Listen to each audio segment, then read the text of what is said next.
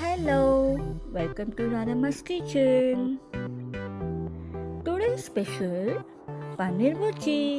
మీ అందరి కోసం పన్నీర్ బుర్జీ. ఎవరికి ఇష్టం ఉండదు పన్నీర్ అంటే? చిన్న పిల్లల నుంచి పెద్దవాళ్ళ దగ్గర వరకు ఇష్టం ఉంటుంది కదా.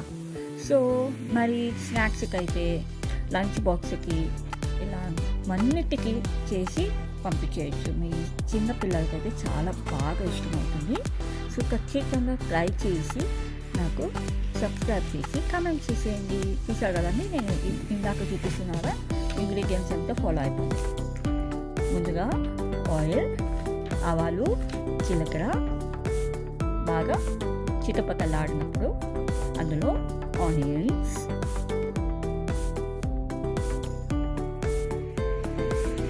బాగా మంచిగా ఫ్రై చేసుకోవాలి. ఆనియన్స్ మెత్తపడే వరకు చూస్తున్నారు కదా.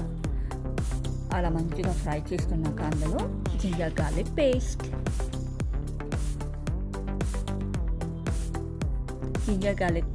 పచ్చి వాసన వెళ్ళేదాకా ఫ్రై చేసుకొని టమాటోస్ వేసుకోవాలి. టమాటోస్ వేసుకున్నప్పుడు అందులో సాల్ట్ ఎందుకు వేస్తున్నాను అంటే మంచిగా మెత్తపడడానికి వేస్తున్నాను. తొందరగా మెత్తబడిపోతుంది సాల్ట్ వేసుకొని. తర్వాత క్యాప్సికమ్, నేనైతే 1 క్యాప్సికమ్ బిగ్ సైజ్ తీసుకున్నాను. అండ్ 4 టమాటో స్మాల్ సైజ్ తీసుకున్నాను. అండ్ 2 ఆనియన్స్ తీసుకొని చేసుకుంటున్నాను.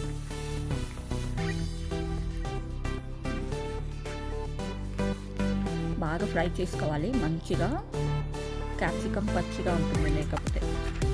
సో ముందుగా క్యాప్సికమ్ వేసేసుకుంటే మీకు టమాటో వేగదు. సో టమాటో వేగినాక క్యాప్సికమ్ తీసుకొని నేను ఇక్కడ మిక్స్డ్ వెజిటేబుల్స్ తీసుకున్నాను. క్యారెట్, బీన్స్ అండ్ బఠానీ. ఇప్పుడు చిల్లీ పౌడర్, ధనియా పౌడర్, గరం మసాలా, జీరా పౌడర్,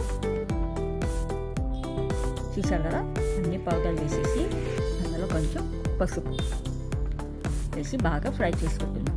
పచ్చి వాసన వెళ్ళాలి కదండి కారం అంతా. సో పచ్చి వాసన వెళ్ళాలంటే మంచిగా ఫ్రై చేసుకోవాలి. మనం ఫ్రై ఎంత చేస్తే అంత టేస్టీగా బాగుంటుంది. కారం చూసుకొని వేసుకోండి. నా క్వాంటిటీకి నేను కొంచెం, నాకు స్పైసీ ఇష్టం కాబట్టి కొంచెం స్పైసీ వేసుకున్నాను చపాతీకి.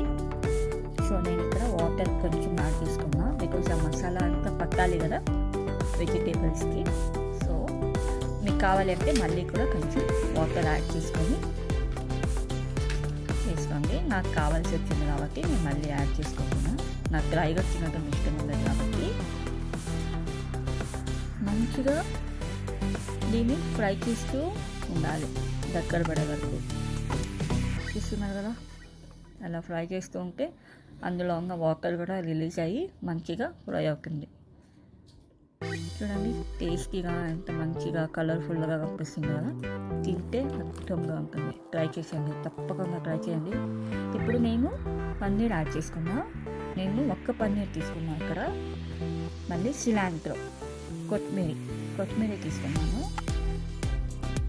కొంచెము మంచిగా కలిపేసుకోవాలి. అలా చూస్తున్నారు కదా, మంచిగా అలా 2 minutes అలా కలుపుకోవాలి, మిక్స్ చేసుకోవాలి మంచిగా.